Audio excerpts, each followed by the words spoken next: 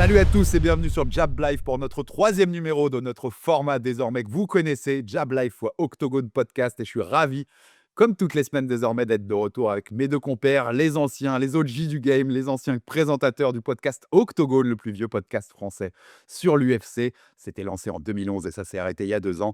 Comment ça va, Omar Dia? Très bien et toi? Ça va, en forme. Comment ça va, Samir Bouez? Ça va, salut les gars. Les gars, on peut pas dire que j'aurais pas fait de la propagande jusqu'au bout, hein. Le hoodie Octogone Podcast est sorti, messieurs. La Voilà, grande ça nous classe. rappelle les beaux souvenirs et les nouveaux souvenirs qu'on est en train de créer avec ce format.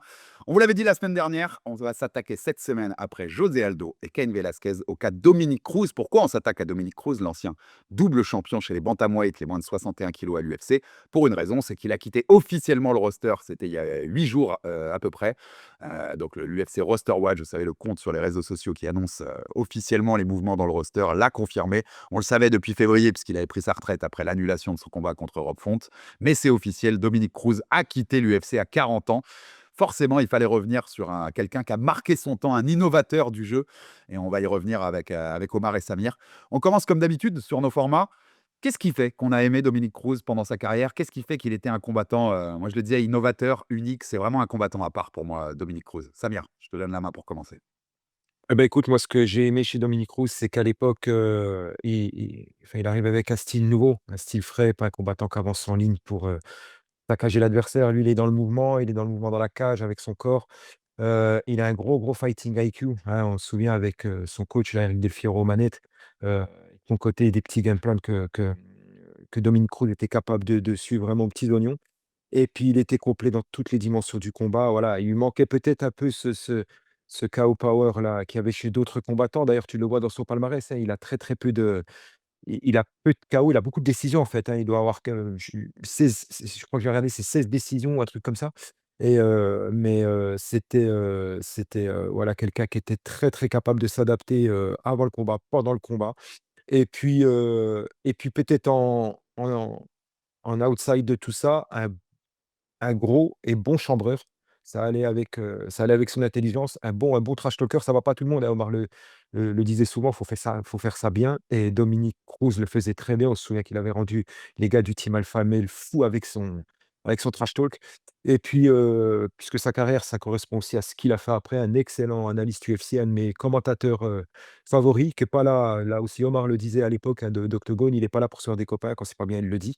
Il est propre, pertinent, donc j'ai beaucoup aimé, j'ai beaucoup, beaucoup aimé Dominique Cruz à cause, enfin grâce à ça, pardon. Omar. Ouais, écoute, bon, Samir a dit une partie des choses là. Les principales caractéristiques de Dominic Cruz, bon, bien entendu, le numéro un, c'est son fight IQ, ça, tout le monde est d'accord là-dessus. Il y a pas de débat. Heu, voilà, quelqu'un de très smart qui étudiait méticuleusement ses adversaires et qui avait un game plan pour chaque adversaire et qui l'exécutait vraiment de façon très chirurgicale. Je dirais aussi probablement, bon, moi, je n'étais pas un méga fan, mais on le reconnaîtra pour ça, c'est son footwork quand même. C'est voilà, il a amené ça, il a amené l'utilisation du footwork, la précision avec laquelle il le faisait. Ça, c'est une chose aussi qu'il faut retenir de lui. Autre chose que Samuel n'a pas dit qu'il faut retenir, c'est quand même l'aspect mental, parce que c'est un sacré guerrier quand même. Il est revenu de blessures, assez terribles et hem et il a eu du succès après ces retours-là. Donc voilà, ce que je dirais, c'est quand même son un gros, gros mental et puis, bah, en dernier, je dirais quand même, son habilité à défendre, tu vois? La défense, Mmh. parce que c'était pas l'athlète du siècle, il était pas physiquement, c'était pas quand même quelqu'un qui avait des attributs, voilà, ou une génétique, en tout cas, hors norme. Mais, il a su quand même montrer que, voilà, avec juste de l'intelligence, de la stratégie, de la précision, bah, tu pouvais arriver au très haut niveau sans être à l'athlète du siècle et voilà, c'était quand même en termes de défense, il y a beaucoup de combats où tu le vois, il s'en sort, il va à la décision, mais il prend pas énormément de coups quand même et ça faut le reconnaître, c'est lui, quoi.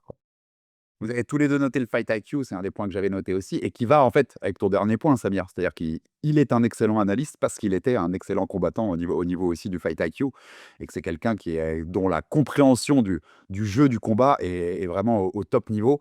Le footwork, toi, tu parlais, Omar. Moi, c'était le point que j'ai noté le plus. C'est-à-dire au-delà du footwork, pourquoi je disais, innovateur, révolutionnaire, c'est sa façon notamment et Samir le disait, il était pas en ligne, quoi. Les mouvements latéraux, Mmh. La façon dont il allait chercher des angles. Moi qui suis un énorme fan de boxe anglaise, je l'ai toujours dit, mais dans la boxe pour le MMA, souvent il me manque cette recherche des angles qu'on va plus trouver, tu vois, chez les grands champions de boxe anglaise. Lui réussissait à faire ça.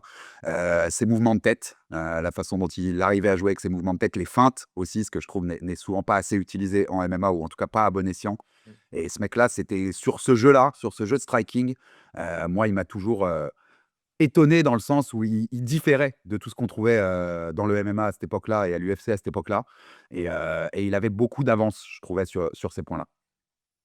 Alors, ce qui Ah, faisait peur, genre vas-y, vas-y. non, non, vas-y Omar, je t'en prie, vas-y.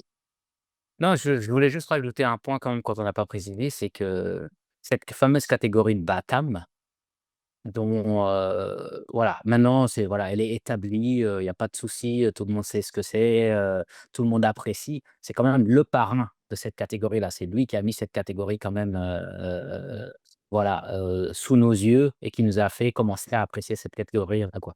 La catégorie Batam sans Dominique Cruz, c'est pas certain que, voilà, on y aurait prêté attention au départ. On rappelle là, pour ça, il venait du WEC. Je te redonne la parole, Samir. Il était champion WEC avant que sa ceinture soit transformée en ceinture UFC, comme José Aldo d'ailleurs, qu'on avait fait dans notre premier épisode. C'est toujours celui qui a le plus grand nombre de enfin, le record de nombre de victoires dans des combats pour le titre WEC et UFC cumulés dans cette catégorie bantam. C'est aussi celui qui a le plus grand règne sur un seul règne avec plus de 1100 jours, même s'il y a des blessures, on y reviendra dans ce règne-là, et le plus grand règne cumulé avec 1400 jours. Donc tu as raison, c'est le parrain, hein, chez les bantamweight, Dominique Cruz. C'est vraiment si tu me mets Dominique Cruz GOAT des bantamweight à l'heure où on parle, j'ai aucun souci. C'est même la réalité en vrai. Samir, je te redonne la parole, excuse-moi. Alors, aucun souci par rapport à ce que tu viens de dire. Il commence d'ailleurs au WEC, il commence en Feather, hein. Je crois qu'il fait 2 combats en Feather au WEC. La première guillotine, et le premier combat contre Faber, je pense qu'il faudra qu'on en parle après. Ce premier combat contre Faber qui a entraîné plein de choses après, notamment la rivalité avec le team Alpha Male. Il avait vraiment gardé une grosse rancœur, et c'est un point qui est quand même, surprenant. Quand on a un mec intelligent comme Kroos, tu le vois, hein, quand tu lis les interviews à l'époque, quand tu le vois sur le plateau télé, il manque pas une occasion de rappeler le comportement que Faber avait eu avec lui lors du premier combat. Et ce que je voulais dire tout à l'heure par rapport à la défense, alors il y a plusieurs choses. Quand tu voyais moi c'était bien amateur de Dominique Cruz. Il y avait ce mouvement, certes, il y avait les mains. Alors là, voilà, pour ceux qui ont un peu pratiqué ou coaché, les mains toujours en bas. Il y avait des mouvements de tête parfois qui faisaient très peur, surtout dans le cas du MMA où tu peux lâcher les jambes, les genoux. Donc, c'était toujours, moi, à chaque fois que je voyais un combat de Dominique Cruz, j'avais peur par rapport à sa garde qui pouvait sembler poreuse. Heureusement, c'était tout ça compensé par un énorme mouvement. Et puis le jeu de jambes, alors nous, on a souvent dit dans le podcast Octogone à l'époque qu'on adorait son jeu de jambes, mais encore faut-il savoir ce qu'on entend par jeu de jambes. Si c'est courir dans la cage, ouais, à la rigueur, ça, quelqu'un qui est capable de danser, tu en trouves plein de combattants capables de danser comme ça. Mais lui, ce qui était intéressant dans ce qu'il faisait, c'est qu'il les trouvait ce jeu de jambes lui permettait de trouver les angles, et quand il frappait, il était toujours en appui. Tu vois? Et c'était pas quelque chose qui était enfin, qui était juste esthétique, mais pas efficace. Il était toujours en appui. Et puis, quand Omar parle de sa défense, une défense sur takedown, hein, il a combattu Dillashaw, il a combattu Faber, des gros lutteurs. Ces mecs-là ont quasiment pas réussi à l'amener au sol. Il a mis un takedown defense qui était très efficace. Pourquoi? Parce qu'il avait un jeu de jambes qui faisait que tu arrivais pas à le ramasser. Il était hyper mobile sur ses appuis, et à contrario, il était super efficace sur ses takedowns à lui, parce qu'avec son jeu de jambes, il arrive à rentrer dans la zone là où tu peux venir mettre une main sur l'épaule, une main sur le talon, tirer et faire tomber ton adversaire. Il les a tous eus comme ça quasiment, à part, Cody Garbrandt. Tous les mecs du team Alpha Male, il les a eus comme ça à leur propre jeu. Lui-même avait un très bon niveau en lutte, et tout ça, c'est son jeu de jambes, hein, parce que nous, à l'époque, quand on dit le jeu de jambes, on disait: «Ouais, mais voilà, il court dans la cage, machin, il fait ces espèces de facéties». Non, son jeu de jambes lui a permis aussi de mettre en place son jeu offensif et défensif en striking et en lutte. Ah, c'est quelqu'un, tu as raison, c'est cette façon de bouger. Elle pouvait paraître, si tu regardes pas bien, en effet, ça pouvait paraître un peu du n'importe quoi, mais en fait, c'était cette maîtrise-là. Et tu as raison de noter ce côté toujours frapper en appui. C'est aussi le parallèle que je fais, tu vois, avec des grands de la boxe anglaise. C'est-à-dire que cette capacité, même sur tes combinaisons, à toujours rester en appui, à toujours rester dans le bon équilibre pour trouver la bonne frappe, bah ça part des jambes, ça part aussi de comment sont placés tes pieds. Et ça, Mmh. il l'avait Dominique Cruz. Moi, j'adorais aussi son step-in jab. Si on doit aller dans les petits points techniques, mais la façon dont il faisait ce jab en step-in, c'était de l'art. Et ouais, je trouvais qu'il avait vraiment autre chose, et que être devant un combat de Dominique Cruz, je savais que j'allais voir des choses que je voyais pas dans les autres combats de MMA. Et c'est ce qui me plaisait beaucoup avec Cruz. Omar, tu veux rajouter quelque chose sur sa panoplie? Ouais, non, et puis Oui, c'est ça et sa panoplie, mais j'ai surtout comment il était respecté par les autres combattants, tu vois? Parce qu'il a dit à plusieurs reprises qu'en fait, il y a des gens qui se sont préparés, qui l'ont appelé pour lui demander son avis sur des adversaires. Tu vois? Parce qu'il a vu juste cette capacité à vraiment démonter, le jeu, la stratégie, la façon de combattre, de ses adversaires et ramener ça vraiment au niveau le plus simple et expliquer ça. Et c'est ça qui fait aussi qu'il est un grand analyste, hein, j'ai l'impression, c'est qu'il a juste cette capacité, cette intelligence à apprendre de rendre le MMA intelligent. Non, tu as raison et puis, en fait, tu le vois dans son rôle d'analyste. Au moment où il a commencé à être analyste à l'UFC, je sais pas si vous vous souvenez, mais l'UFC, mettait ils le mettaient souvent d'ailleurs sur leur chaîne YouTube, des petites analyses techniques que faisait Cruz sur des combats. Je pense que techniquement, c'est ce qu'ils ont produit de mieux, l'UFC, en termes de, tu vois, de petits formats, où on vous explique, où on vous fait des previews de combats et des choses comme ça. Moi, pour moi, c'est ce qu'ils ont fait de mieux. Parce que tu avais Dominique Cruz, quoi, et que quand Dominique Cruz te donnait les clés d'un combat, tu savais que tu étais quand même pas loin de la vérité, 9 fois sur 10 au moins. Absolument. On passe aux meilleurs souvenirs, si vous avez rien à rajouter sur la panoplie globale, mais voilà, les combats qui nous ont marqués, vous l'avez compris depuis le début de nos formats, Jab Life ou Octogone, ça peut être des victoires, mais ça peut aussi être des défaites qui sont marquantes, pour plein de raisons. Qu'est-ce que vous avez retenu, de la carrière de Dominique Cruz? Qu'est-ce qui vous vient le 1er en tête, Omar? Bah, moi, le premier je dirais Mizugaki quand même. Bah, parce que c'était il revient et en plus Kroos parlait beaucoup en disant: «Il a toujours dit qu'il croit pas au ring rust. Ça veut rien dire, c'est du n'importe quoi, ça n'existe pas. Le ring rust, ça ne marche pas. Si tu es préparé, tu peux arriver, tu peux combattre n'importe quand et si tu es talentueux, tu peux même rester 5 6 ans sans combattre et revenir» et il l'a montré contre Mizugaki, tu vois? Il revient KO très, très rapide, je sais pas en combien de temps, mais ça devait être à peu près 1 minute ou un truc comme ça ou pas plus. Mais voilà, ça après 3 ans quand même ne pas combattre et faire ça, c'était quand même particulier. Bon, en 2, je mettrais Dillashaw quand même parce que, bah, c'était le comeback, tu vois? Pour prendre les titres, et puis la rivalité et tout ça et Dillashaw a quand même, lui a rendu hommage en disant que ça a été quand même un des combattants qui l'a inspiré, malgré la rivalité, et puis bon, en 3, c'est normal, je mettrais quand même, ces batailles contre Uriah Faber juste pour ce que ça représente et pour le fait que ça a quand même mis la catégorie bantamweight en avant. On rappelle, hein, que Faber, il y a 3 combats. Il y a une première défaite au WEC, mais il y a 2 victoires à l'UFC. Mizugaki, tu le rappelles, hein, c'était septembre 2014.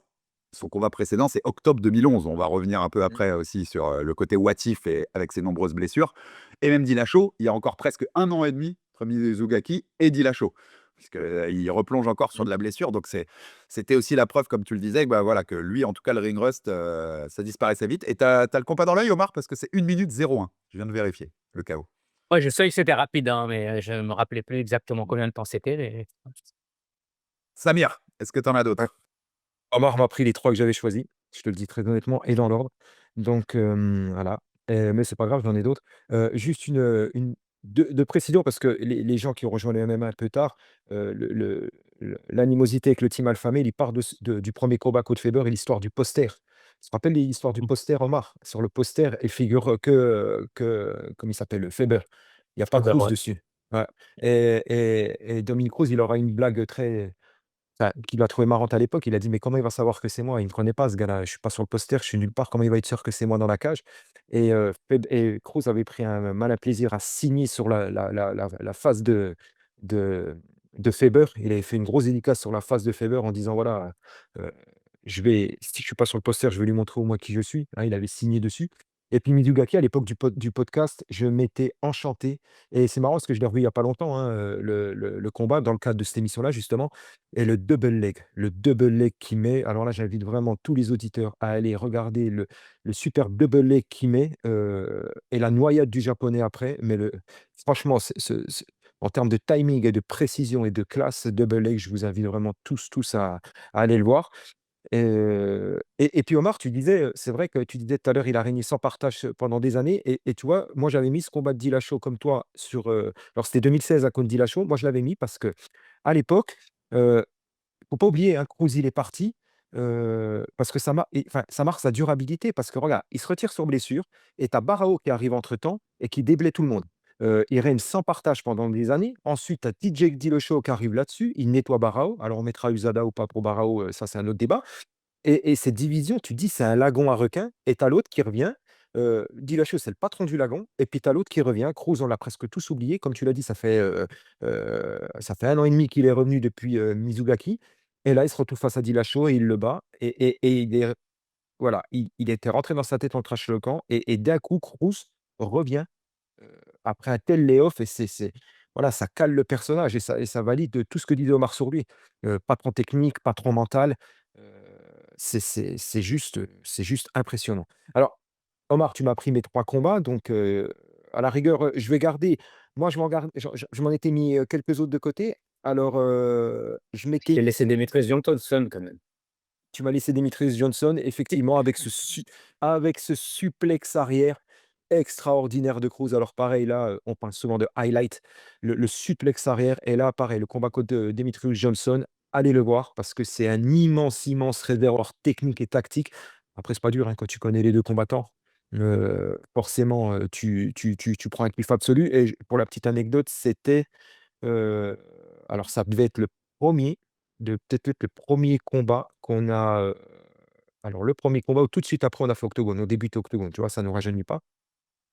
Sinon j'avais bien aimé également Dominic Cruz contre Pedro Munoz, c'était à l'UFC 269. Alors même si on commence à redescendre la colline, hein, on était en 2021, tu vois tout de suite que Cruz il se fait dropper 2 fois.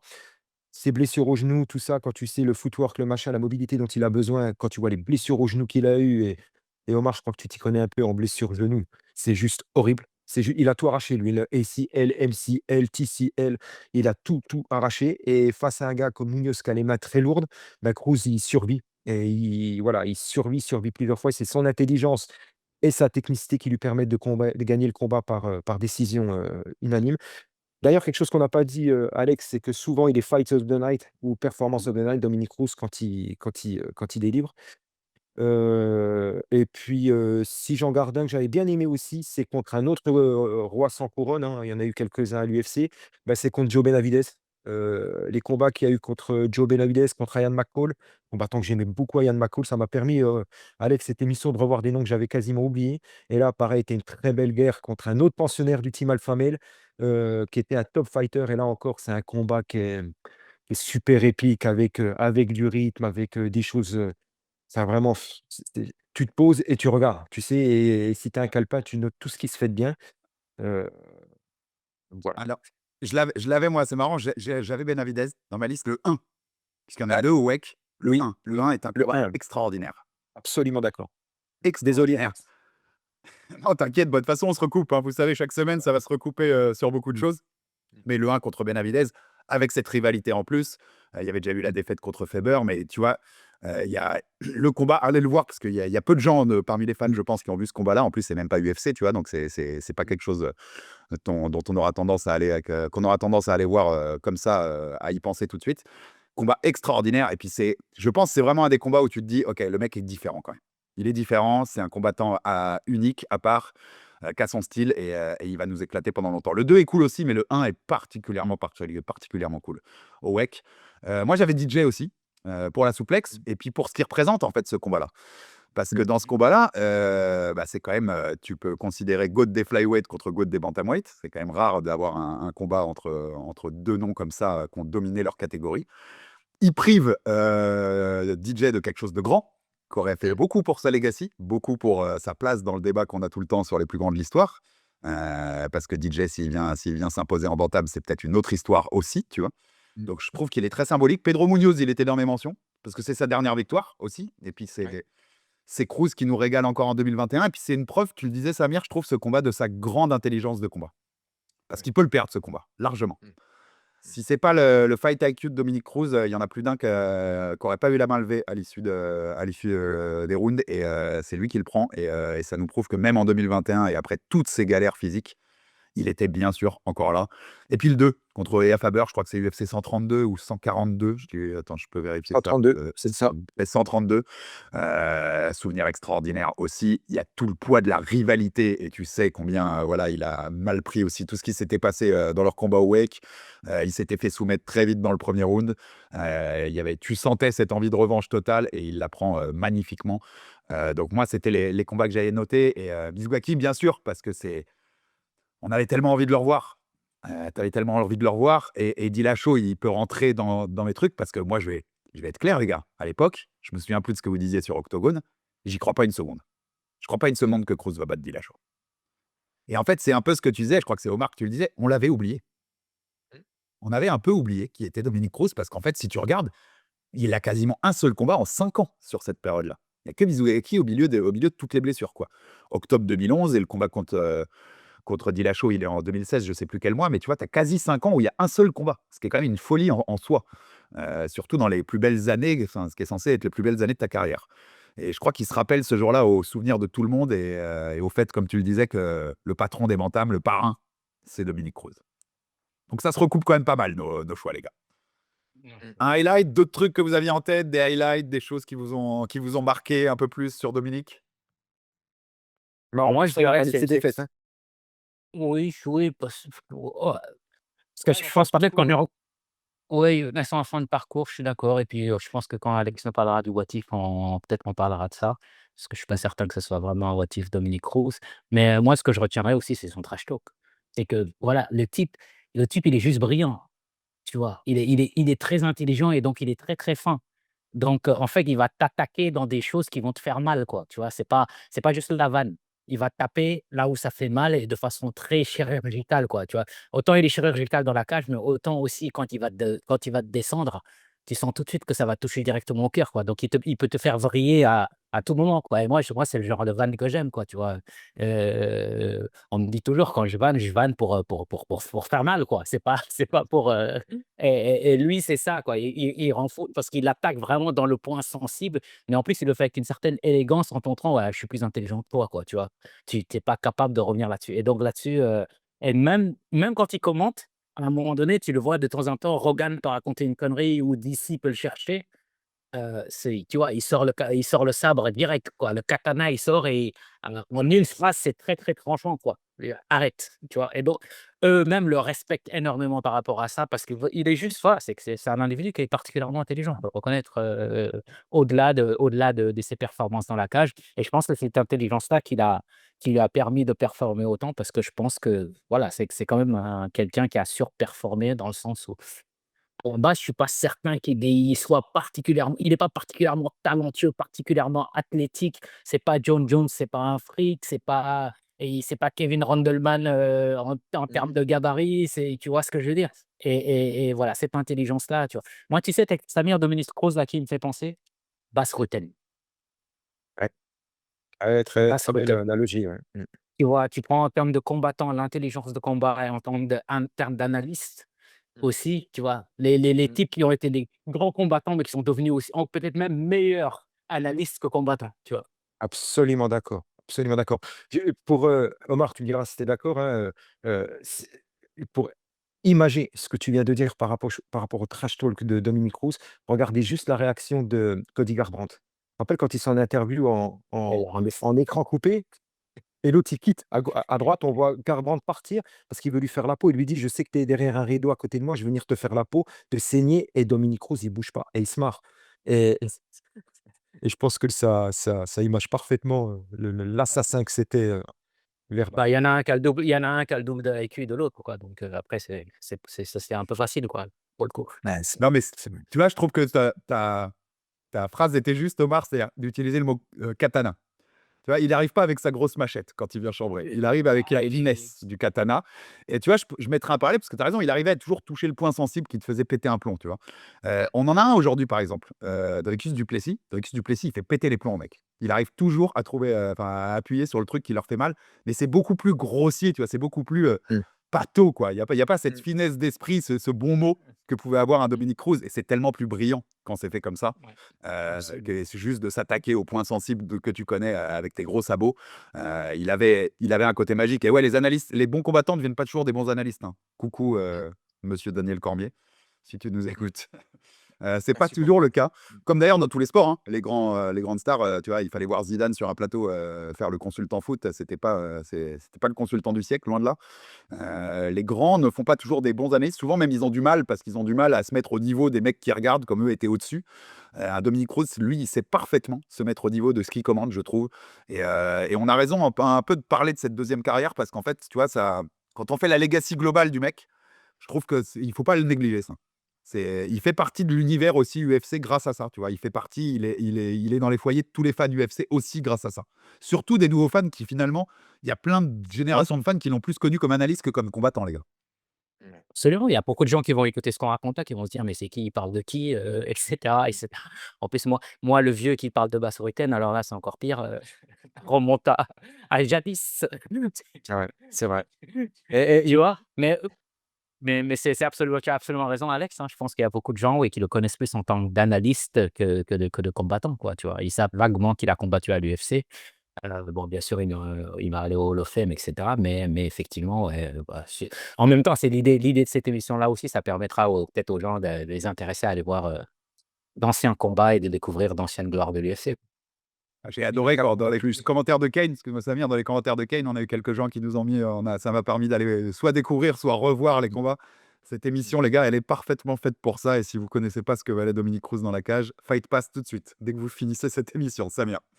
une occasion de plus d'aller voir, toujours dans la même lignée, d'aller voir ce que faisait le WEC, et même nous qui sommes dans le game depuis longtemps, depuis des années et des années, des années, je me suis redécouvert le WEC là, c'est le poster dont je parlais tout à l'heure du premier combat entre Cruz et Faber, tu vois des noms, tu vois Eddie Wineland, il y a des gars dans l'organisation comme Carlos Condit, Ian McCall, c'est Benavidez, on parlait de José Aldo, le WEC s'est chargé de faire mûrir, tu vois, dorer tous ses fruits et l'UFC les a mis sur l'étalage, tu vois? À partir du moment où ils étaient à point, prêts à être dégustés, l'UFC avec sa grosse machine marketing les a mis sur le devant de la scène, c'était 2010, hein, je crois, quelque chose comme ça, hein, quand ils ont, 2010-2011 et allez voir le WEC, c'est juste extraordinaire. C'est marrant, hein, sur nos 3 premiers épisodes, il y a 2 anciens champions du WEC. Il faut se rendre compte quand même de ce que l'UFC aurait perdu ou n'aurait pas eu Mmh. s'il n'y avait pas eu cette fusion avec le WEC. Le WEC, c'est les petites catégories. Les petites catégories n'existent pas à l'UFC. C'est aussi pour ça qu'on a souvent des débats quand on parle de John Jones, parce que les stars de l'époque, ouais, c'était les moins de 93, tu vois? Tous les noms que tu avais, c'était aussi parce qu'il y avait pas de petits et que, tu vois, tu pouvais pas à l'UFC, en tout cas, il y avait pas ces mecs-là pour briller et le Je WEC vous leur pose la permet question les gars, je ouais. je m'excuse Alex, je pose la question parce qu'elle va me sortir, là j'ai deux historiens avec moi. Le j'ai plus le souvenir des choses. À l'époque, quand Dana White veut remettre les petites ca enfin veut mettre, c'est pas remettre, mais veut mettre les petites catégories sur le devant de la scène, hein, qui vendent pas, hein, qui sont pas super, super vendeuses. C'est parce que de l'autre côté, le Pride, avec son Bushido fonctionne bien ou c'était complètement décorrélé? Non, non, c'est pas décorrélé C'est du pas tout. décorrélé, Pas hein? déco On est bien c'est d'accord, pas hein? décorrélé du tout.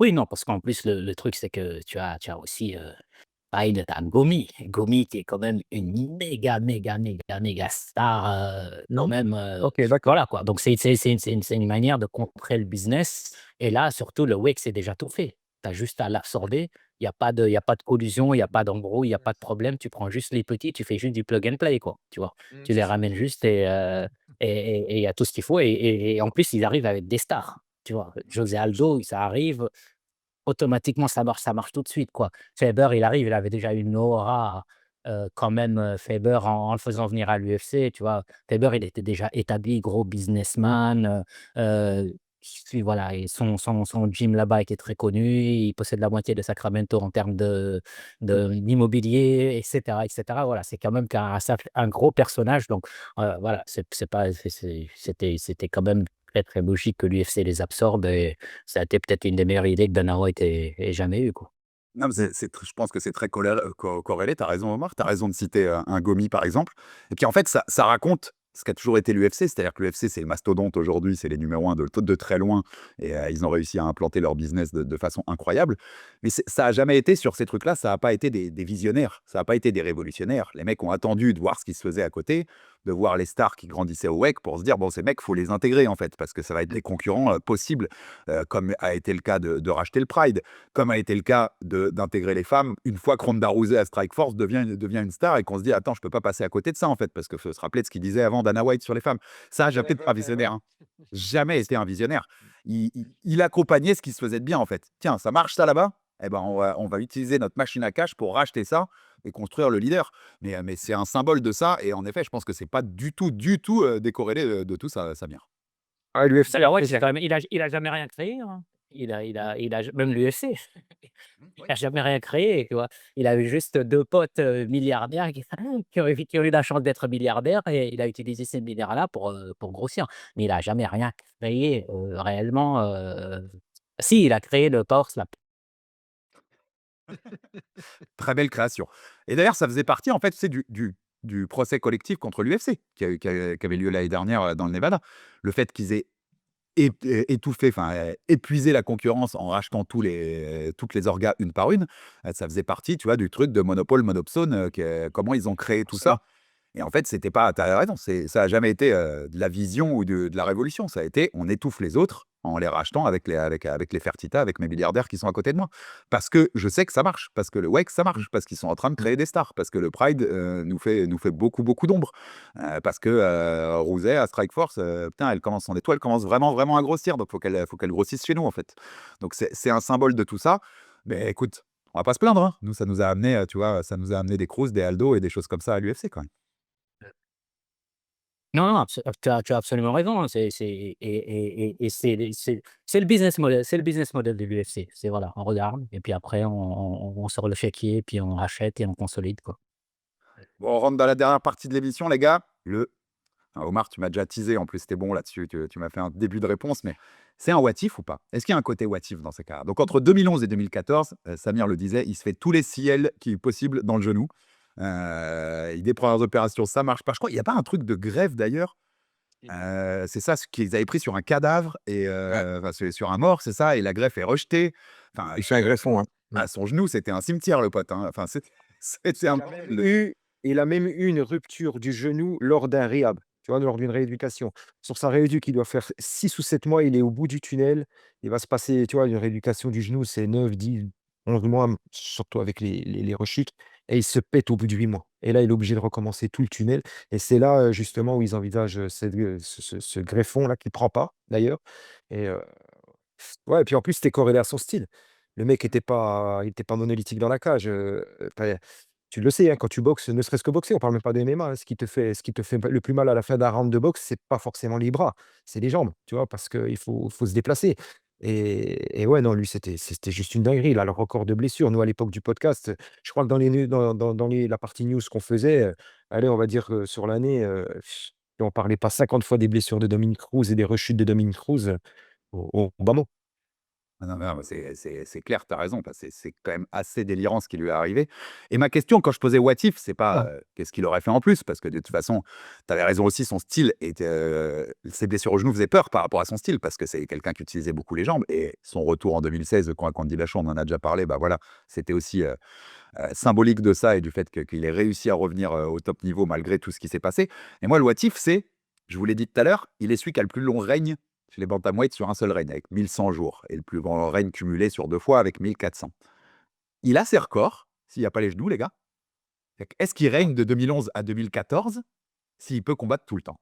Est-ce que Barao, de l'époque, pré-USADA, Oui, ça va. nous arrête pas ce règne beaucoup plus vite, en fait?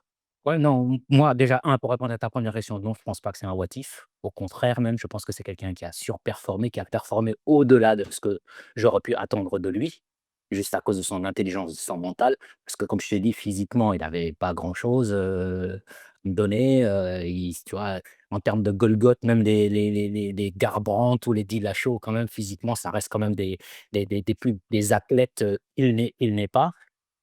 Donc là-dessus, non, pour moi, c'est pas un what if. Au contraire, il a fait vraiment, voilà, il a une très belle carrière, par rapport à ce que je m'attendais, de sa part, voilà, et puis, c'est une catégorie quand même où c'est difficile, quoi, tu vois? D'avoir, de durer aussi longtemps, quoi, parce que ça va hyper vite, à tout moment, un nouveau peut arriver, quelqu'un voilà, et puis c'était assez dense quand même, à l'époque, donc je pense pas que le règne est clairement lié aux blessures. Je pense Mmh. pas, je le vois pas avoir un règne aussi long s'il n'a pas ces blessures-là, donc non, je pense pas que c'est un what if, je pense qu'il a vraiment au contraire, c'est le contraire du what if lui. Il a surperformé, je trouve.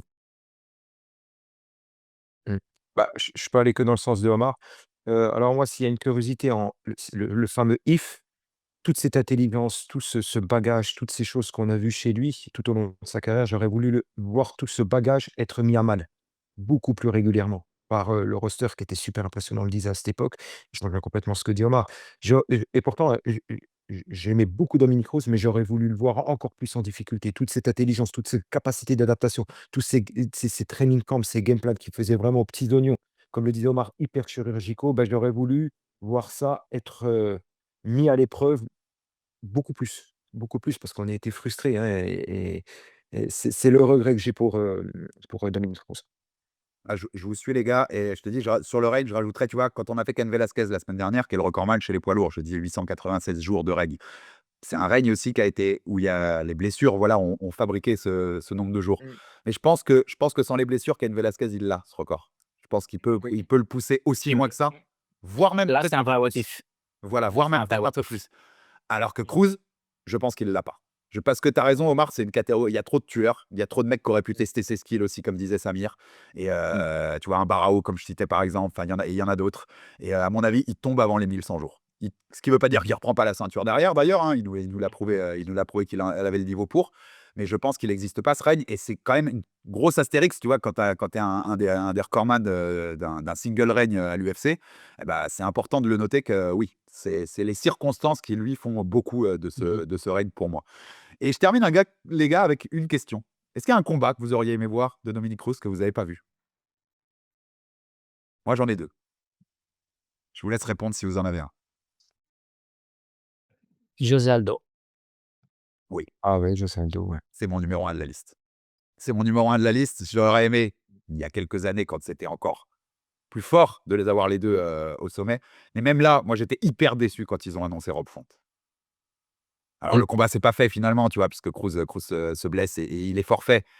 Mais c'est Cruz Aldo qu'il fallait faire. Même maintenant. Je veux dire, c'est mérité, c'est un Ouais, combat qui maintenant, ça aurait du sens aussi, ça aurait du ouais, sens en en plus, plus. ouais. Ils sont en fin de carrière et cetera, donc moi, ça comme j'ai toujours dit, ça me dérange pas qu'ils s'affrontent tous en fin de carrière comme ça. Voilà, ça aurait été un petit moment nostalgique, ça aurait été sympa et on aurait regardé ça avec beaucoup d'intérêt, quoi. Ouais, ouais, tu Ouais. raison. Tu vois, c'est pour la nostalgie, Prime, ça aurait été cool, mais pour la nostalgie, c'était cool.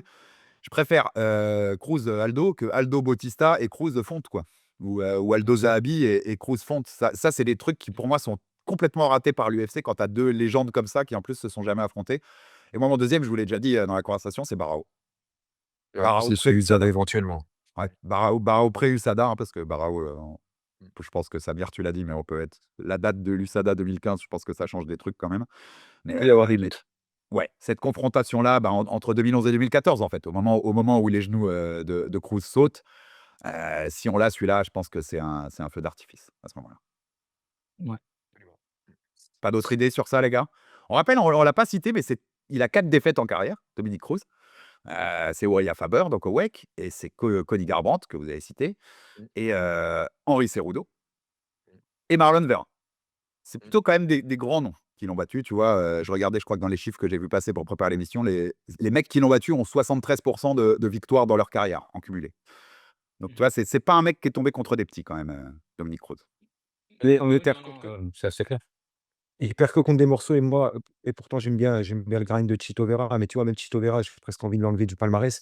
Parce que quand il rencontre, Chito Vera, il arrive, il a bouffé le pneu, il est sur la jante complet, Dominique Cruz. Heu, c'est bah, c'est le gros C'est son regret dernier combat en carrière, hein. C'est son dernier combat en ouais, c'est carrière, dernier combat en 2022, carrière.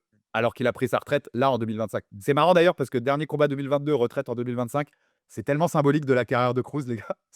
Ah. C'est tellement Dominique Cruz, en vrai. Il a quel âge aujourd'hui, C'est Cruz? Ça doit faire bien 40 ans, non? Quelque chose comme 40, ça? 40. 40 taurons? Ouais. D'accord, OK. OK, ouais. 40 tourons, donc tu vois, quand on dit 2011-2014, ça veut dire qu'il a 30 ans en 2015. Mmh. Donc ce mec on a été privé de Dominique Cruz entre 27 et 30 ans. C'est un peu la C'est fleur de moche. l'âge, hein, quand tu es combattant, hein. Ouais. Ouais, Mmh. c'est moche, c'est moche. Ça pour le coup, j'aurais aimé vraiment le voir. Bon, en tout cas, on peut que inciter, tous nos auditeurs à aller voir du Dominique Cruz si vous en avez pas vu ou si vous le connaissez, comme on se disait avec Omar, seulement en analyste. Vous ratez quelque chose vraiment dans la cage, ça mérite d'y aller. Donc n'hésitez pas, si vous êtes abonné Fight Pass, à aller voir tout ça. Et puis, on se retrouve très vite avec un nouvel épisode, les gars, de Jab Life for Octogone. Alors peut-être qu'on s'attaquera à un combattant plus moderne la prochaine fois, en rapport avec l'actualité. Il est possible. Et voir si on aime son style aussi. Parce qu'il ne faut pas s'attaquer qu'aux anciens, les gars. Je sais que On aime bien, on est des anciens combattants, mais il faut aussi s'attaquer au MMA moderne, et s'il nous procure ou non des émotions, et lesquelles. Merci Omar, merci Samir, rien à rajouter sur le cas Cruz? Merci à C'est toi. on a plié? Merci à toi. On note aussi à tous, hein, les gars, pour les commentaires. Merci pour la force. On vous lit, on vous suit et c'est cool. Tous vos retours, on est hyper ravis et on espère continuer à vous faire kiffer avec ces formats-là. Mettez-nous des commentaires, des likes, des pouces bleus. Ça fait toujours avancer le bousin, je le disais, et c'est important pour développer cette chaîne où on essaye de vous apporter ce contenu et j'espère que vous l'appréciez. Merci, mon Omar. Merci, mon Merci à toi. Sader. On se retrouve la semaine Merci à prochaine. toi. Jab Life au Octogone. Ça continue, les gars. Merci et à très vite sur Jab Life. Il y a encore du contenu d'ici la fin de semaine, les gars. Je vous oublie pas, et notamment une belle interview de Monsieur Bruno Suras. C'était en studio à Nice et on s'est régalé. Ciao, ciao à tous et à très vite sur Jab Life. Ciao, ciao.